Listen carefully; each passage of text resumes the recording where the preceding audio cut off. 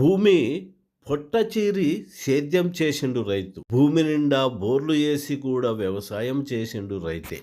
కానీ నాడు ఆత్మహత్యలే రైతుకు ప్రధానమైనవి. భూమి మీద పారే నీటిని కట్టలు వేసి చెరువు కుంటలతోటి పంటలు తీసిన నాటి రైతు ఆ ఊరునే సాది దేశానికే వెన్నుముకయ్యిండు. పంట పొలాల మధ్యలో దిష్టిబొమ్మలే అభివృద్ధి అనుకొని ఖనిజాలను తవ్వి అలంకారాలు చేసినంత మాత్రాన దేశము గాని ప్రజలు గాని అభివృద్ధి చెందరు. ఆ ప్రజల అభివృద్ధి కోసమేనైతే సహజ వనరులను కాపాడుకోవాలి, వాటిని సహజంగా వాడుకోవాలి తప్ప ఇట్లా నాశనం చేసి వాడుకొని మెరుగులు దిద్దినంత మాత్రాన అది అభివృద్ధి అనబడదని. ఆ అభివృద్ధిని ఆకాంక్షించే ప్రజలను కాల్చి చంపుతున్నారు. ఆసియా ఖండంలో, తెలంగాణలో, ఛత్తీస్గఢ్ లాంటి రాష్ట్రాల్లో కూడా. మైలారం నుంచి ఇంత దూరం వచ్చిన మైలారం గ్రామ ప్రజలారా, మొట్టమొదలు మీ ఆవేదనలో, మీ ఆందోళనలో పాలు పంచుకోవడానికి మాత్రమే నేను ఇక్కడికి వచ్చాను. మీతో మీరు గత 10-15 ఏళ్లుగా ఈ విషయంలో ఆందోళన పడుతున్నారు. గత 4 సంవత్సరాలుగా ప్రత్యక్షంగా ఎదుర్కొంటున్నారు. అరెస్ట్లో పాలయ్యారు, వాళ్లతో వేధింపులకు గురయ్యారు. కాబట్టి మీకు అదనంగా నేను ఆ కంపెనీ గురించి కానీ, మైలారం గుట్ట పోతే ఏ ప్రమాదాలు జరుగుతాయి అని కానీ కొత్తగా చెప్పడానికి ఏమి లేదు. కాకపోతే అసలు ఈ మైలారం గుట్ట సమస్య లేదా మైలారం కొండనాగుల చుట్టుపక్కల గ్రామాల ప్రజల సమస్య మీ సమస్య మాత్రమే కాదు.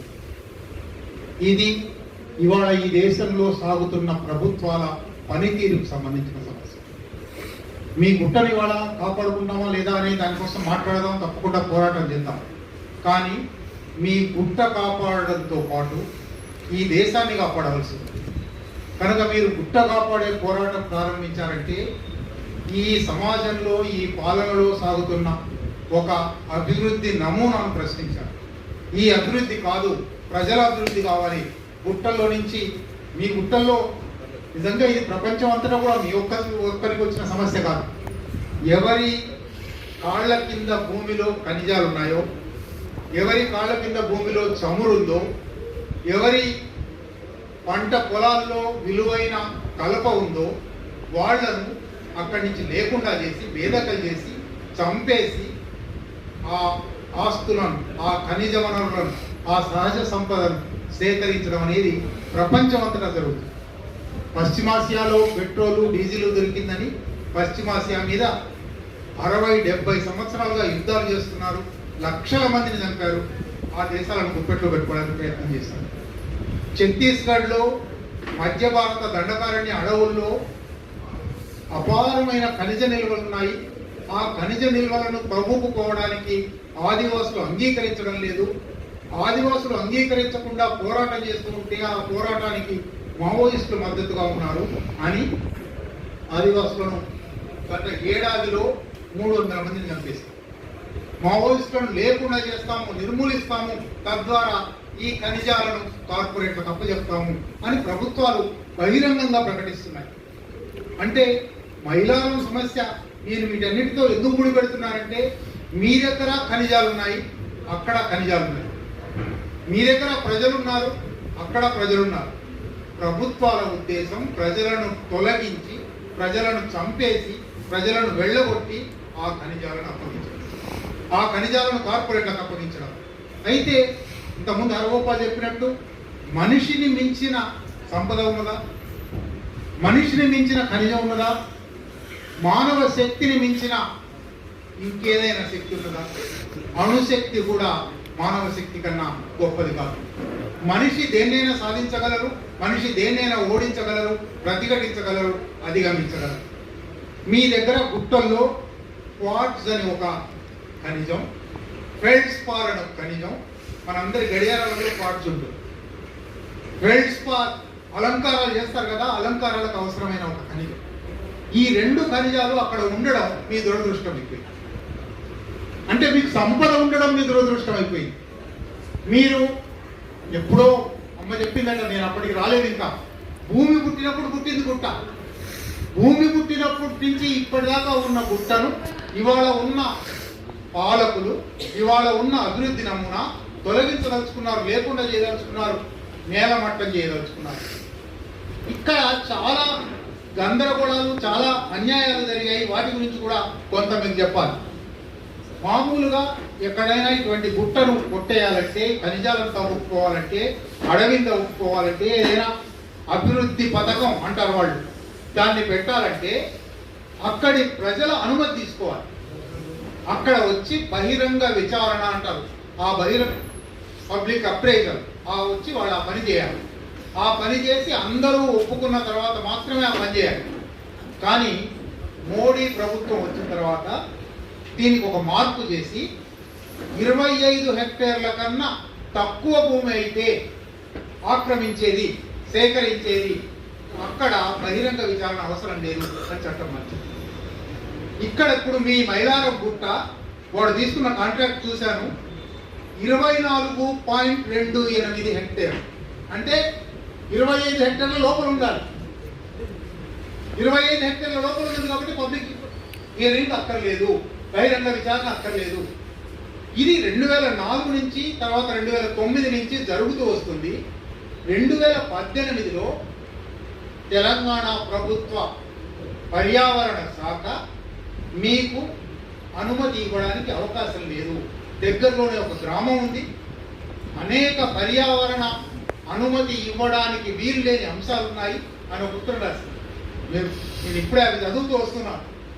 ఉత్తరం రాసిన 3వ రోజు వాడు శశికుమార్ అన్న పేరు, కంపెనీ పేరు లేదు, మళ్ళీ మీరు ఇచ్చిన ఆర్డర్ తప్పు కాబట్టి సవరించండి అని మళ్ళీ పోయారు. ఒకసారి అనుమతి ఇవ్వడానికి వీలు కాదు, వీలు కాని అంశాలు ఉన్నాయి అని చెప్పిన తర్వాత ఎట్లా మారుతుంది అది? అంటే ఈ లోపల తినబెట్టాడో, తాగబెట్టాడో, ఎన్ని డబ్బులు ఇచ్చాడో తెలియదు. ఇది 25 కోట్ల ప్రాజెక్ట్, 25 కోట్ల రూపాయలు. ఈ 25 కోట్ల రూపాయల ప్రాజెక్టులో వాడు 250 కోట్లు సంపాదిస్తాడో, 2500 కోట్లు సంపాదిస్తాడో మనకు తెలియదు. పేరుకు 24 హెక్టేర్ల అంటే 60 ఎకరాలు, దాదాపు 60 ఎకరాలు అని అంటున్నాడు. కానీ గాలి జనార్దన్ రెడ్డి గారు మన పక్కనే బళ్ళారిలో 50 ఎకరాలకు లీజ్ తీసుకొని 300 ఎకరాలు తగ్గారు. ఇక్కడ కూడా ఈ 24 ఎకరాలు అనేది, 24 హెక్టేర్లు అనేది కేవలం అనుమతి ఇవ్వడం కోసం పెట్టుకున్నారు. మొత్తం గుట్టను తవ్వేస్తారు. 130 ఎకరాలు, 200 ఎకరాలు గుట్ట, ఆ గుట్టను మొత్తం తవ్వుతారు. అంటే అసలు ఏ ఒక్క రంగంలో చూసినా వాడికి అనుమతి ఇవ్వడానికి ఎంత మాత్రం అవకాశం లేదు. ఒకసారి ప్రభుత్వ శాఖనే అనుమతి ఇవ్వడానికి వీలు లేదని చెప్పింది. చెప్పిన తర్వాత వారం రోజుల్లో పరిస్థితి మారిపోయింది. ఏమి జరిగింది? ఇది తప్పకుండా మనం అడగవలసిన ప్రశ్న. ఇది కేవలం మైలారం గ్రామం ప్రశ్న కాదు, మొత్తం పాలనకు సంబంధించిన ప్రశ్న. ఒకటి చెల్లదు, కూడదు, పనికిరాదు అన్నది వారం రోజుల్లో పనికొస్తుంది. ఎట్లా అయింది? 5 పేజీల ఆర్డర్ ఉంది. 5 పేజీల ఆర్డర్లో వాడు 1, 2, 3 ఈ పనులు చేస్తానని వీళ్ళు ఒప్పుకున్నారు కాబట్టి అనుమతి ఇచ్చాము అన్నారు. 2018 ఏప్రిల్లో వచ్చింది ఆర్డర్. 2018 నుంచి ఇప్పుడు 7 సంవత్సరాలు గడిచాయి కదా. 7 సంవత్సరాల్లో వాటిలో ఒక్క పనైనా చేశాడా? నెలకోసారి భూగర్భ జలాలు ఎంత లోతున ఉన్నాయో కనిపెట్టి ఆ రిపోర్ట్ రాయాలంట. 7 ఏళ్లలో ఒక్క రిపోర్ట్ కూడా వచ్చింది. అటువంటి ఇంకా చాలా ఉన్నాయి. ఈ రోడ్డు ఊళ్ళో నుంచి పోతుంది కాబట్టి గుట్ట దగ్గరికి ఒక ప్రత్యామ్నాయ రోడ్డు వేసుకుంటాను అని కూడా రాశాడు. అంటారు రోడ్డు కూడా లేదు. నిజానికి 7, 8, 10 కండిషన్లు, షరతులు పెట్టి ఈ షరతులకు మీరు ఒప్పుకుంటే అనుమతి ఇవ్వండి అన్నాడు. షరతులు వాళ్ళు ఒప్పుకొని అనుమతి ఇచ్చేసి, అంటే ఈ లోపల ఎన్ని కోట్లు చేతులు మారాయో మనకు తెలియదు. మారే ఉంటాయి ఖచ్చితంగా. పోనీ కోట్లు మారి మీరు అనుమతి ఇచ్చారు. అనుమతి ఇచ్చిన తర్వాత 7 సంవత్సరాలు గడిచాయి కదా. ఈ 7 సంవత్సరాల్లో మీరు ఇచ్చిన షరతుల్లో ఏ ఒక్క షరతు అయినా వాడు పాటించాడా? 10 షరతులు పెట్టారు. 10 షరతుల్లో ఒక్క షరతు పాటించకపోయినా రద్దు చేయాలి. 10కి 10 పాటించడం లేదా వేరే విషయం. వాడు ఒక్కటి కూడా పాటించలేదు కనుక తప్పనిసరిగా ఇది వెంటనే రద్దు కావాలి. ఇది మీరు మొట్టమొదటి మీరు చేస్తున్న పోరాటానికి నా వైపు నుంచి వ్యక్తిగా సంపూర్ణ సహకారం ఉంది. నేను నడిపే వీక్షణం పత్రిక ఈ నెల సంచికలోని మీ పోరాటం మీద, మీ సమస్య మీద రాస్తాను. నాకు వీలైన అన్ని చోట్ల తప్పకుండా రాస్తాను. అయితే నా ఒక్కటి సరిపోదు. మీ ఒక్కటి సరిపోదు.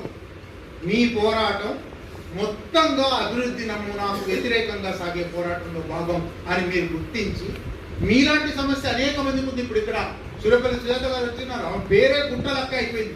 గుట్టలను కాపాడడానికి పోరాటం చేస్తున్నారు. అటువంటి అనేక మంది అనేక పోరాటాలు ఉన్నాయి రాష్ట్ర వ్యాప్తంగా, దేశవ్యాప్తంగా. నేను ఇంతకుముందు ఛత్తీస్గఢ్ సమస్య చెప్పాను. ఛత్తీస్గఢ్ సమస్య కూడా మీ సమస్య వంటిది. కనుక మీరు మీ సమస్యను దేశవ్యాప్త అభివృద్ధి నమూనాకు వ్యతిరేకమైన పోరాటాలతో జోడించుకున్నప్పుడు మీకు బలం వస్తుంది. మీరు ఒంటరులు గారు తెలుస్తుంది. మీతో పాటు మీ బలగం చాలా ఉంది. మీలాగా పోరాడేవాళ్ళు, మీలాగా బాధపడేవాళ్ళు, మీలాగా దోపిడీకి అణిచివేతకు గురయ్యేవాళ్ళు చాలా మంది ఉన్నారు. కాబట్టి మనందరము కలిస్తే ఈ ప్రభుత్వాల మెడలు వంచగలము అనే శక్తి, ఆత్మవిశ్వాసం మీకు వస్తుంది.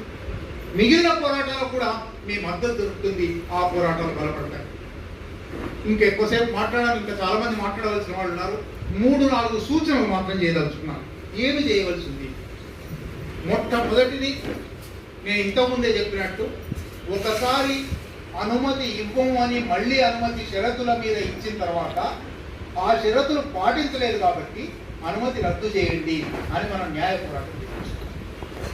అది పర్యావరణ శాఖ దగ్గరికి పోతామా, న్యాయస్థానాలకు పోతామా, ఎక్కడికైనా సరే ఒక న్యాయ పోరాటం. ఇక్కడ రఘునాథ్ ఉన్నాడు, సీనియర్ న్యాయవాది, ఇటువంటి కేసులు అనేకం చేసిన వాడు. తప్పకుండా అటువంటి న్యాయ పోరాటం మైలారం ప్రజలు చేయవలసి ఉంది. వాటికి మా వైపు నుంచి, హైదరాబాద్ నుంచి మేము చేయగలిగిన సహాయం అంతా చేస్తాం.